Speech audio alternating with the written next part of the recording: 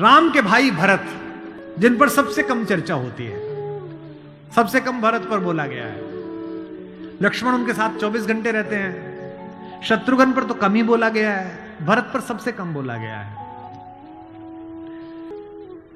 सरस्वती ने देवताओं के कहने पर मंथरा की बुद्धि फेर दी। सरस्वती ने देवताओं के कहने पर कैकेयी की बुद्धि फेर दी। लेकिन जब भरत ने कहा कि मैं भैया को वापस लेने जा रहा हूं, तो देवताओं में खलबली मच गई। बोले यार अभी तो गया है ये, और इसको लेने ही चल दिया, और राम भावुक भी है, इसके प्रेम में वापस ना आ जाएं। तो देवताओं ने सरस्वती को कहा कि तुम जरा बात कर दो। तो क्या कहती है सरस्वती? देवताओं से कहती है कि 1000 आंखें होने के बाद भी जिसको सुमेरु ना दिखता हो, तुम मूर्ख हो क्या? मोसो कहत भरत मति फेरी, मुझसे कहते हो भरत की मति फेर दूं? दुनिया में किसी की भी बुद्धि भ्रष्ट कर सकती हूं, भरत की बुद्धि भ्रष्ट नहीं होती मेरे करने से।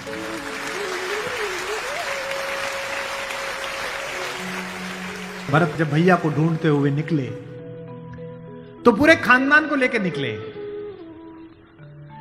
भरत ने कहा किसी की तो मान लेंगे, कौशल्या की मान लेंगे, ससुर को भी लेकर गए। जब पहली रात भरत वहीं रुके जहां राम रुके थे, भरद्वाज के आश्रम में।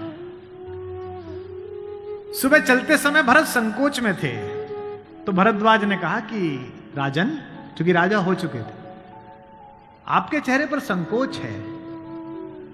तो भरत ने डरते हुए कहा कि महर्षि मैं डरा हुआ हूं, मेरी मां ने इतनी बदतमीजी की बात कर दी, मैं बाहर था। भरत को नहीं बताया गया था कि पिता दिवंगत हो गए, पता है आपको ये बात थी? भरत को संदेश भेजा गया था तो उसमें यह नहीं कहा गया था कि पिता एक्सपायर कर गए, यह कहा गया था कोई इमरजेंसी है, घर आओ। अयोध्या के बाहर नंदीग्राम में इनके पूर्वजों का एक मंदिर था, जहां इनके पूर्वजों की प्रतिमाएं लगी हुई थी।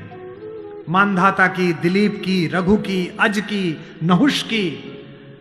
वहां भरत रास्ते में रुके अपनी सेना के साथ पूजन करने के लिए, कि पूर्वजों का पूजन कर लूं, पुरखों का। पुरोहित ने हाथ में थाली दी, तो पहले इसका पूजन, प्रथु जो सबसे पहले, जिनके कारण ये पृथ्वी कहलाती है इनके घर के, फिर मानधाता का, फिर राजा बलि का जिन्होंने अपना मांस दे दिया था, रंतिदेव का। पूजन करते करते अज, रघु, दिलीप तक आए, और जैसे ही उन्होंने अगली मूर्ति देखी तो देखी पिताजी की मूर्ति। तेज तो थे ही, उन्होंने पुरोहित की तरफ देखा कि ये क्या? पुरोहित की आंख में आंसू, उसने कहा कि महाराज नहीं रहे, और भरत के हाथ से थाली छूट गई। भरत ने कहा मुझे किसी ने बताया क्यों नहीं कि पिताजी दिवंगत हो गए, क्या हुआ था? बोले राम को वनवास मिल गया। भैया को वनवास क्यों मिल गया? आपकी मां ने मांग लिया। भरत घोड़ा दौड़ाते हुए अयोध्या तक पहुंचे, रोते हुए। सोच के देखिए, भरत जैसा भाई, भ्रातृत्व में राम किसी का उदाहरण नहीं देते, लक्ष्मण का भी नहीं देते।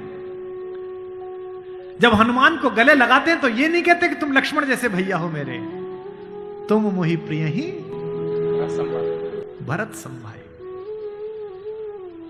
देना हुआ है जब कोई प्यारा उदाहरण, हमने दिया है सिर्फ तुम्हारा उदाहरण।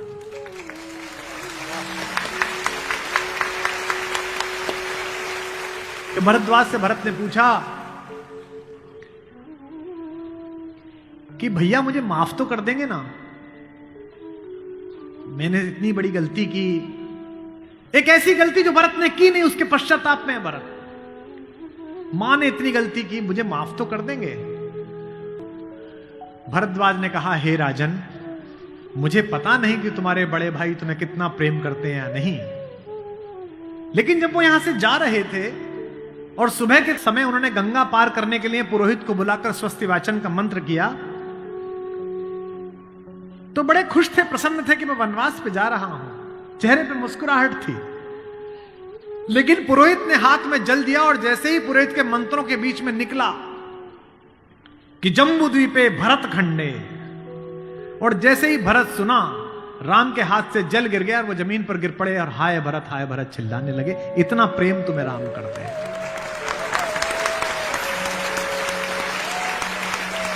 राम करुणा से भरे हुए, इसीलिए करुणा निधि है।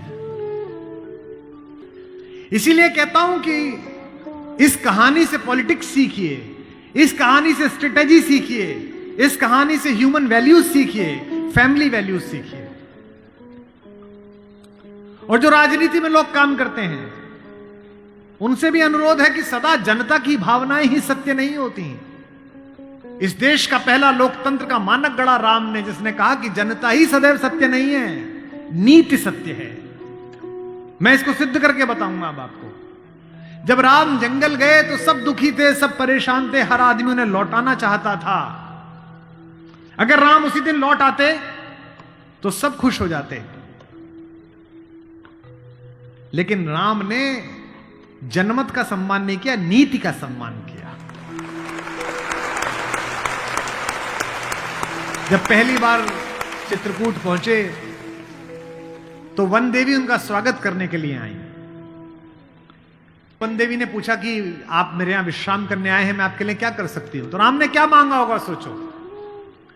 राम ने कहा कि हे वन देवी, बाकी सब ठीक है, निभा लेंगे, पर्णकुटी बना लेंगे, फल फूल खा लेंगे, जिस रास्ते से मैं आया हूं उसके कांटे हटा देना।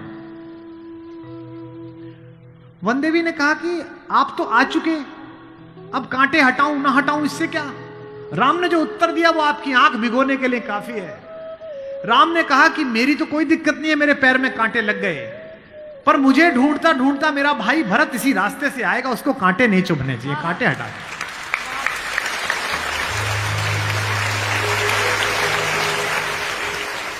तो वन देवी को जिज्ञासा हुई।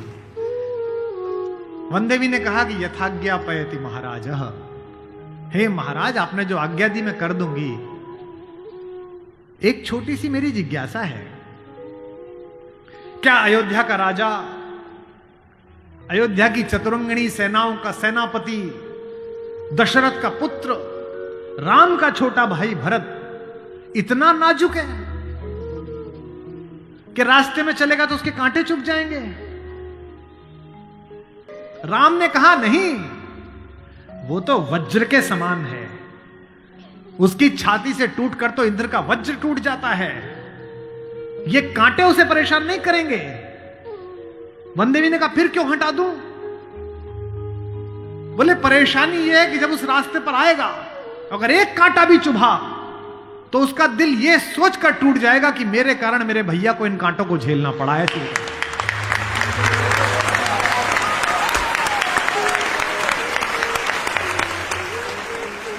बिना चप्पलों के भरत चले, और जब चले तो भाई मृदु भूमि सकुच मन मन ही, भूमि भी संकोच से भर गई।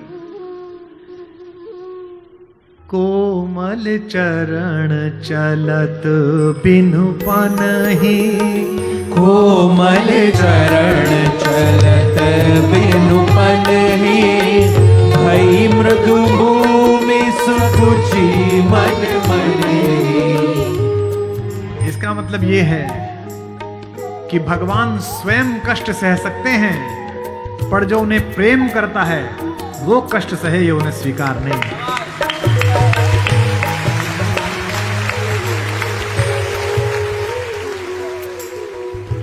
चित्रकूट में रात्रि का समय है,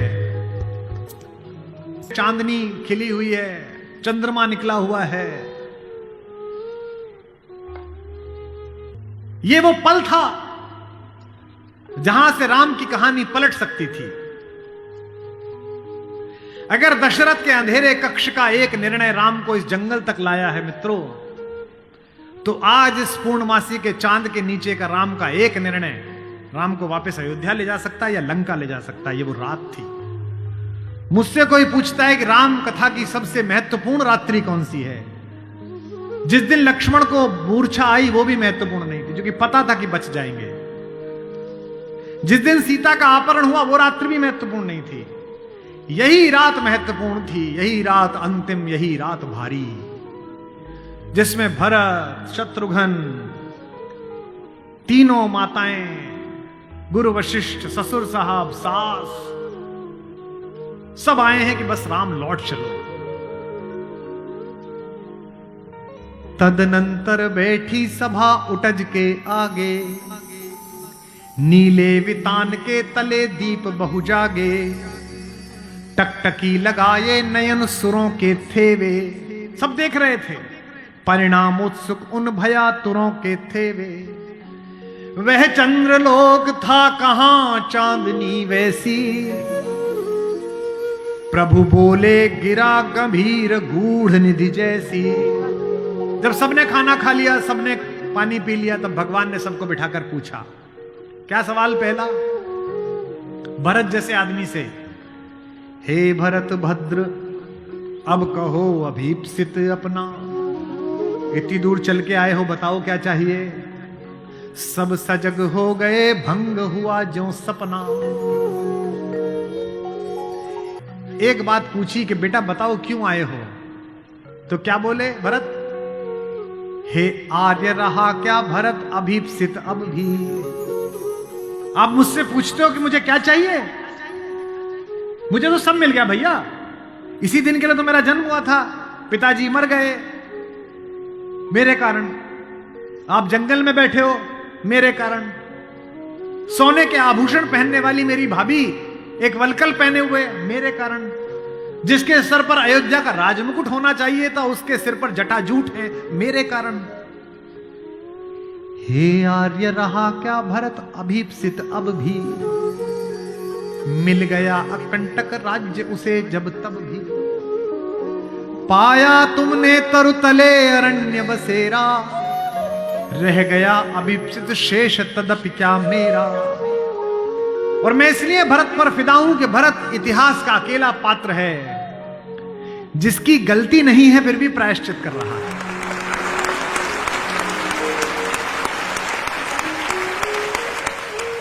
भरत अकेले हैं जिनकी कोई गलती नहीं है, उनकी मां की गलती है और वो प्रायश्चित कर रहे हैं।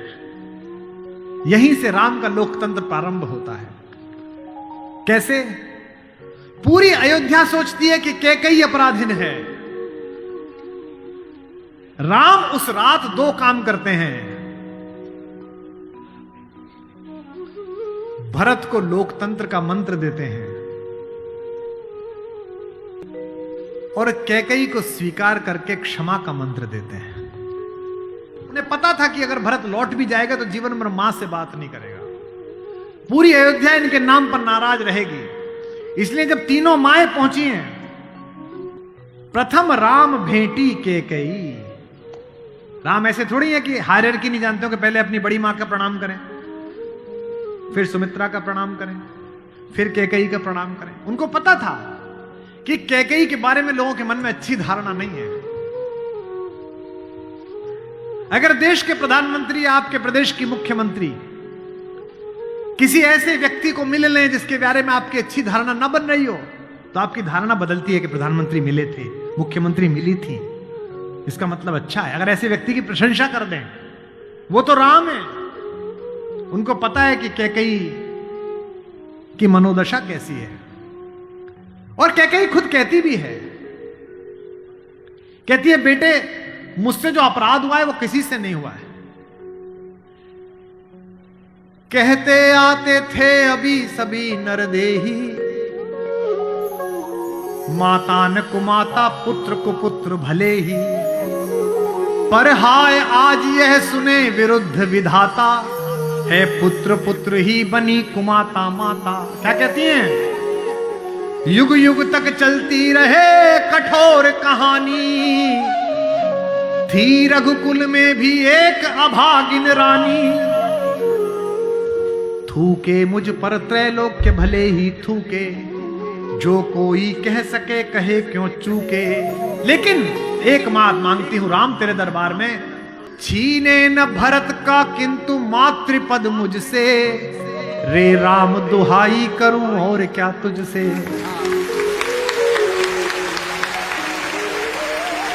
सोचिए कैसा क्षण है, अपने ही बेटे को मांग रही है राम से। कैकेयी अपने बेटे के लिए कह रही है कि राम तू सबको सब देता है बेटा, मुझे सिर्फ इतना दे दे, मुझे रानी मत रहने दे, जंगल में रख ले, भरत की मां बनी रहूं बस। इसी के लिए तो सब किया था। राम ने क्या कहा? हे अम्ब, ओ मेरी मां, हे अम्ब तुम्हारा राम जानता है सब। इस कारण वह कुछ खेद मानता है कब। फिर राम को याद दिलाया कैकेयी ने कि बेटा तुझे याद है, तू आधी रात उठ के भाग जाता था मेरा सपना देख के। कौशल्या से कहता कि मां मैंने छोटी मां का सपना देखा है, मुझे छोटी मां के पास छोड़ के आओ। और तुझे गोदी में लेके कौशल्या मेरा दरवाजा खटखटाती थी, अरे यो कोयल, ये तेरा कोयल का बच्चा जाग गया, रो रहा है तेरे लिए। होने पर बहुधा अर्धरात्रि अंधेरी, होने पर बहुधा अर्धरात्रि अंधेरी, जी जी आकर करती पुकार थी मेरी। लो कुहुकुनी, ओ कोयल, लो कुहुकुनी तेरा कुहुक राम यह जागा। लो कुहुकुनी अपना कुहुक राम यह जागा। निज मंजली मां का स्वप्न देख उठ भागा। होने पर बहुधा अर्धरात्रि अंधेरी,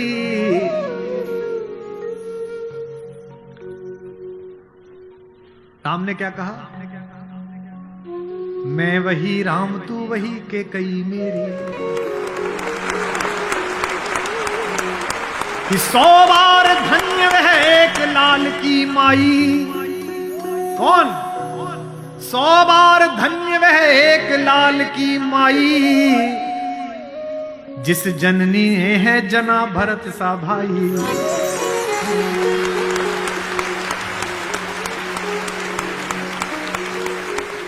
पागल सी प्रभु के साथ सभा चिल्लाई। 100 बार धन्य वह एक लाल की माई। 100 बार धन्य वह एक लाल की माई। 100 बार कौशल्या से लेकर जनक तक सबका बहुमत राम को लौटाने का था, लेकिन राम नीति के साथ रहे। जनमत की उपेक्षा नहीं है। भरत जैसा भाई पाना, लक्ष्मण जैसा भाई पाना, कैसे कैसे चरित्र है भाई। एक भरत की पत्नी है मांडवी, उनका जिक्र नहीं होता।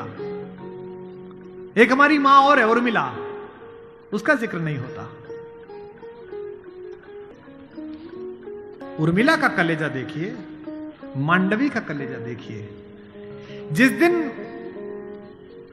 लौटने के बाद भरत ने राज्य संभाल लिया, भाई की पादुकाएं रखकर सिंहासन पर, कौशल्या जाग रही थी।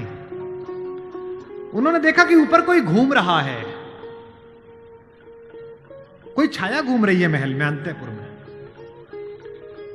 तो वो ऊपर गई तो देखा मांडवी घूम रही थी, भरत की पत्नी। तो कौशल्या ने पूछा कि बेटा तू सोई नहीं? उसने कहा हां मां मैं अभी जाग रही हूं। भरत सो गया होगा बेटा, तो उसके कक्ष में चली जा। तो कौशल्या से मांडवी ने कहा कि मां वो तो है ही नहीं यहां, कहां गया? बोले उन्होंने कहा कि भैया जब तक जमीन पे सोएंगे, भैया जब तक जंगल में रहेंगे, मैं महल में नहीं रहूंगा। वो अयोध्या के बाहर जो नंदीग्राम दिखता है ना, वहां दूर, वहां उन्होंने कुटिया बना ली है, प्राइम मिनिस्टर ऑफिस वहीं बना लिया, वहीं फाइल मंगाते हैं।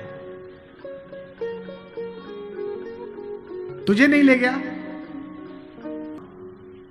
संकोच में पड़ी हुई मांडवी ने कहा मां मैंने तो कहा था आप जंगल में अकेले कैसे रहेंगे कुटिया में, मैं सेवा कर दूंगी, ले चलो। उन्होंने कहा नहीं, भाभी राम भैया के साथ चली गई हैं, तीनों माओं को देखने के लिए कोई नहीं है, तुम यहीं रहो, उनकी जिम्मेदारी हम पर है।